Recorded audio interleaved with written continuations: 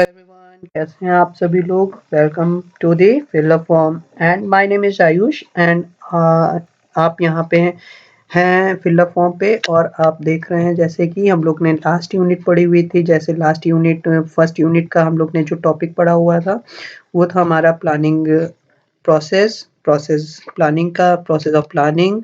And हमारा था type of plan and organising पे आ गए थे हम लोग। कॉन्सेप्ट्स ऑफ ऑर्गेनाइजिंग पढ़ रहे थे। प्रोसेस ऑफ प्लानिंग में आ गए थे हम लोग। नाउ हम लोग अब जो पढ़ने वाले थे कंटिन्यू करने वाले हैं significance of organising and staffing. Yes, now start करने वाले हैं हम लोग। आज का ये सेशन जो होगा ये हमारा टॉपिक यहीं से स्टार्ट होने वाला है। अब हम चलते हैं नेक्स्ट आज के वीडियो पे।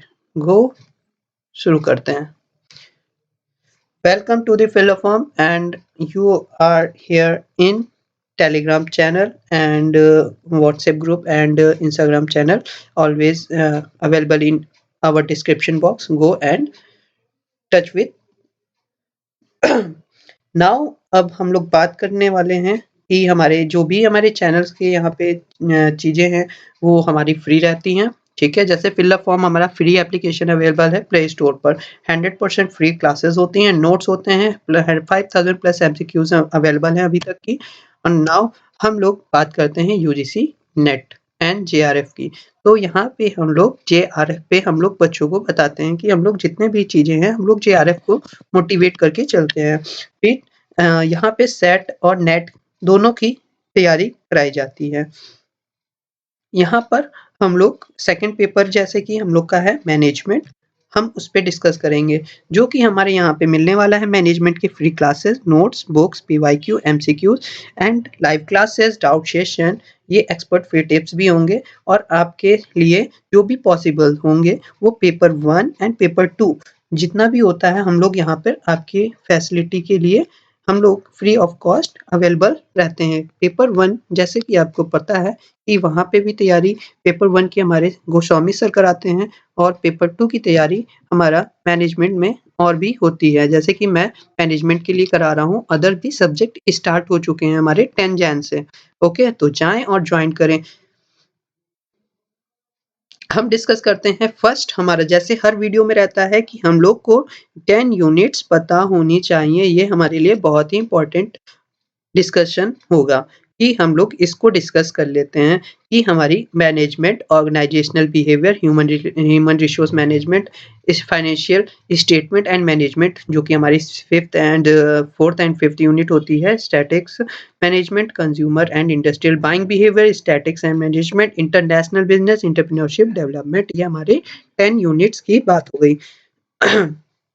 ना कंटिन्यू करते हैं अब हम लोग significance of organisation. Means unit first की बात करें तो हमारे मैनेजमेंट एंड इट्स फंक्शंस होता है। जैसे कि सिग्निफिकेंस की बात करते हैं, ऑर्गेनाइजिंग करते हैं, promote the specifications, effective administrative clarity, easy adaptation to changes, buying, eliminating duplication of work, boost morale of the person, transparency, growth and expansions. Okay, ये हमारे ऑर्गेनाइजिंग के सिग्निफिकेंस हैं। ऑर्गेनाइजिंग की सिग्निफिकेंस में हमारा ये बताया जाता है कि हमारे जो भी चीज़ ऑर्गेनाइज कर रही है वो कैसे कैसे हमारे प्रमोट्स होंगे अदर्स तक, इफेक्टिव कैसे होगा हमारा एडमिनिस्ट्रेटिव, और कितना क्लैरिटी हमें मिल पाएगी आगे। हमारा ये जो एडेप्टेशन हो रहा है वर्क का वो हमारा कैसे आगे चल के इजी अडेप्ट कर सकेंगे टू चेंजेस के लिए, कि हाँ आगे चल के हम लोग नया इम्प्लीमेंट कर सकें, इलिमिनेट कर सकते हैं डुप्लीकेशन को। मीन्स अगर मान लीजिए आपने एक फोन बनाया हुआ है कंपनी ने, 1 सेकेंड, एक फोन बनाया हुआ है कंपनी ने, अब इसी के तरह से आप दूसरा फोन नहीं बना सकते। फॉर एग्जांपल आईफोन है, उसने क्या किया हुआ है, उसके फीचर्स के अकॉर्डिंग कोई फोन नहीं बन सकता। क्यों? डुप्लीकेशन उसने हटा दिया है। Eliminating duplication of work, boost moral of the person, transparency and growth and expansion. ये सारी चीजें आपको कहाँ मिलती हैं? एक ऑर्गेनाइजेशन में होनी चाहिए, जो कि स्टाफिंग पे आ गए। हमारी यहाँ तक थी ऑर्गेनाइजिंग की, ओवर करते हैं। ये हमारा यहीं तक था, ठीक है। ये हम लोग ने लास्ट पढ़ा हुआ है प्लानिंग एंड ये ऑर्गेनाइजिंग। अब हम लोग आ गए हैं स्टाफिंग पे, ठीक है। Staffing it is a most important point, means इसके लिए एक्सप्लेन करें, it's aim to find right person of right work. Staffing एक ऐसी चीज है जो कि हमारा right person for right work के लिए होना चाहिए। Means it forms a part of HRM. Yes, it's part of HRM. Staffing, अगर बात करें स्टाफिंग की, तो स्टाफिंग क्या कहता है, ये HRM पे ही होता है। मीन्स ह्यूमन रिसोर्स मैनेजमेंट के लिए ही बनाया जाता है स्टाफिंग। ये हमारा बेस्ट एंड बिग टॉपिक होता है हमारे एक मैनेजमेंट के लिए। HRM जो होता है वो हमारा क्या करता है, एम होता है इसका, फाइंड करता है क्या, right person for right work. Okay, right person to right work according to Dalton EMC Fernald. According to EMC Fernald, staffing is the function by which manager builds an organization through the recruitment, selection, development of individuals as a capable employees. एक for example एक एक car है किसी company की, अब उसे काम करना है अपने ऑर्गेनाइजेशन के लिए कि वो बेस्ट कर सके, तो वो क्या करेगी, ये अपने लिए मतलब अपनी कंपनी के लिए वो ऐसे-ऐसे लोगों को सर्च करेगी कि वहाँ पर वो उसका बेस्ट रिजल्ट निकाल सकते हों, जो उसके लिए कैपेबल हों, जो उसके लिए ही बने हों, जो उनके लिए स्किल्स उनके पास अवेलेबल हों। ये नहीं है कि आप मैनेजर हैं, आपको लेबर मिल जाए, ओके, ऐसा भी नहीं होता है। तो वो हमारे अकॉर्डिंग टू वर्क नहीं आएगा, राइट वर्क नहीं हुआ, राइट पर्सन के लिए राइट वर्क नहीं हुआ, क्योंकि उसकी क्वालिफिकेशन अलग होगी, चीज़ें अलग होंगी और काम करने का तरीका अलग होगा। उसकी क्वालिफिकेशन अलग है, स्किल्स अलग हैं और पर्सनैलिटी अलग है, ठीक है? तो वो हमारा काम नहीं करेगा। मीन्स अगर हम बात करते हैं किसी लेबर की, तो अगर वो बहुत अच्छा हुआ, उसने पढ़ लिया, लिख लिया और उसके अंदर स्किल्स आ गई, तो वो मैनेजर तक जा सकता है। Means lower level is upgrade to top level ना। ये नहीं हो सकता है top level down to lower level, ये नहीं होता है, ठीक है? इसलिए हमारा स्टाफिंग मोस्ट इम्पोर्टेंट होता है। हम बात करते हैं प्रोसेस। प्रोसेस क्या होता है स्टाफिंग का? First process human resource planning का क्या होता है, वर्कलोड एनालाइज। वर्कलोड एनालिसिस का मतलब हुआ वर्कफोर्स का एनालिसिस क्या हुआ, वर्कलोड का मतलब ये हुआ कि एक यहाँ पे एक कंपनी है जो कि मैन्युफैक्चरिंग करती है शूज़ की, ठीक है, शूज़ की मैन्युफैक्चरिंग करती है, तो उसमें हमें 50 पर्सन चाहिए होंगे एज अ लेबर, 10 पर्सन चाहिए होंगे एज अ मैनेजर या सुपरवाइजर, ऐसे भी बोल सकते हैं। तो वो क्या होगा, वर्कलोड कैसा हुआ, 50 लोग का था, एनालाइज किया और उसको 10 लोगों को अपॉइंट किया, फिर उसके बाद 50 लोग को अपॉइंट किया। एक ईजी फॉर्म में 10 लोग, हर एक बंदा 10 लोगों को क्या करेगा, सुपरवाइज कर लेगा या मैनेज कर लेगा। तो इसमें एक प्रोसेस क्या होता है, वर्कफोर्स एनालाइज का मतलब ये होगा, तो उसके लिए वैसे ही लोग चाहिए होंगे। मीन्स एक पर्सन के अंदर में 10 लोग किस-किस तरीके के हो सकते हैं। रिक्रूटमेंट के लिए भी ठीक है, उसमें 10 तरीके के लोग होंगे, कैसे-कैसे होंगे, अलग-अलग तरीके के हो सकते हैं या एक तरीके के भी लोग हो सकते हैं। हो सकता है एक उसमें से भी टीएल हो सकता है, जो कि अदर 9 को सँभाल लेगा, ठीक है? जो कि मैनेजर और टीएल मिलके दोनों काम को एफर्टली करवा सकें। ठीक है, इसके बात करते हैं वर्कफोर्स एनालिसिस के अदर की, तो रिक्रूटमेंट होता है।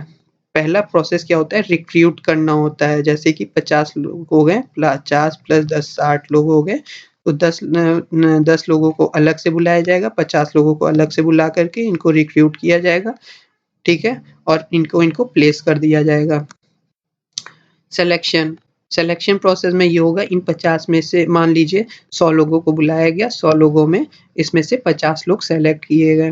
Placement and induction, placement and induction में ये होता है कि ये मैन्युफैक्चरिंग कंपनी है, मैन्युफैक्चरिंग कंपनी में इंडक्शन होता है कि आपकी चीज़ें कैसे प्रोसेस में जाके बनती हैं। मीन्स अगर एक प्रोसेस मशीन है, तो वो प्रोसेस मशीन आगे कैसे वर्क करेगी, कैसे यहाँ से पैकेजिंग होगी, कैसे यहाँ से प्रोडक्शन होगा और यहाँ से डिलीवर होगा। ये इंडक्शन का पार्ट होता है। प्लेसमेंट का पार्ट ये हो गया कि अगर मैनेजर है तो उसको कितना पता होना चाहिए, बाकी वर्कर्स हैं तो उनको कितना पता होना चाहिए। ये हमारे प्लेसमेंट में ट्रेनिंग एंड डेवलपमेंट आता है। ट्रेनिंग एंड डेवलपमेंट ये सिखाता है, बताता है हमें कि हमारी ट्रेनिंग कैसी होनी चाहिए। मैनेजर्स के लिए अलग होगी, वर्कर्स के लिए अलग होगी एंड टीएल्स के लिए अलग होगी। ठीक है, ये तीनों डिपार्टमेंट में क्या हुआ, अलग अलग कर दिया गया। अब इन अलग अलग चीज़ों के लिए अलग अलग ट्रेनिंग एंड डेवलपमेंट का वर्क चलेगा। अप्रेजल्स, प्रमोशंस, अब अप्रेजल्स दिए जाएंगे। मीन्स मैनेजर को मैनेजर की तरह, वर्कर को वर्कर की तरह एंड टीएल को टीएल की तरह। प्रमोशंस के लिए भी उनको वैसे ही मोटिवेट किया जाएगा। एंड कंपनसेशन एंड रेम्यूनरेशन, इसमें भी कंपनसेट करेंगे। जैसे कि मान लीजिए कोई वर्कर बहुत ज़्यादा आया तो उसने कह दिया मेरी सैलरी इतनी थी, आप इतनी दीजिए, इतनी इतनी, क्या तो कंपनसेट करने लगता है कि हाँ भाई ये ऐसा होगा वैसा होगा, ये फाइनल डिसीजन होगा, फिर वहाँ पे डन किया जाता है। ये पार्ट हो गया कंपनसेशन है रिम्बर्समेंट का। Now function of management, function of management. अब बताओ भाई, अब आ गए हम लोग best and most important topic पे, फंक्शन ऑफ मैनेजमेंट। ये हमारा पॉइंट है, फंक्शन ऑफ मैनेजमेंट। ये हमारे बेस्ट 5 पॉइंट होते हैं जिनको हम क्या कहते हैं, प्लानिंग करते हैं, ऑर्गेनाइजिंग करते हैं, डायरेक्टिंग करते हैं और कंट्रोलिंग करते हैं। और स्टाफिंग अभी हम लोग ने जैसे कि पढ़ लिया है। तो ये हमारे क्या हो गए, सारी चीज़ें बताई जैसे कि। ठीक है, अब यहाँ पे प्लानिंग क्या होता है हमने पढ़ लिया है, ऑर्गेनाइजिंग क्या होता है ये भी पढ़ लिया, स्टाफिंग क्या होता है ये भी पढ़ लिया, डायरेक्टिंग क्या होता है ये भी पढ़ लिया, कंट्रोलिंग क्या होता है ये भी हमने अदर लास्ट वीडियोस में बताया हुआ है। बट मैं फिर भी एक बार शॉर्ट में मैं सारी चीज़ें यहाँ पे एक्सप्लेन करने वाला हूँ।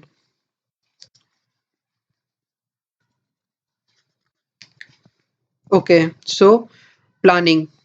अब आते हैं हम प्लानिंग पे। प्लानिंग क्या होता है, कोई भी work according to goal, time and goal के अकॉर्डिंग होगा वर्क। ठीक है, और उसके बीच में जो काम होता है वो प्लानिंग होगा, ऑर्गेनाइजिंग होगा। जैसे कि कितने लोग चाहिए होंगे, 10 लोग चाहिए होंगे या 20 लोग चाहिए होंगे, इसको ऐसे किया जाएगा, इसको वैसे करना होगा, इसमें कम लॉस है, इसमें ज़्यादा प्रॉफिट है। ये क्या होगा, ऑर्गेनाइजिंग।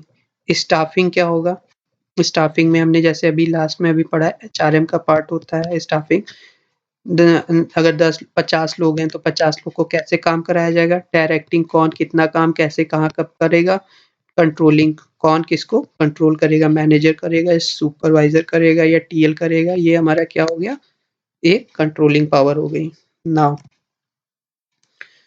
यहाँ पे फिगर आना था बट सॉरी टू, फिगर भी same planning controlling and organising का है।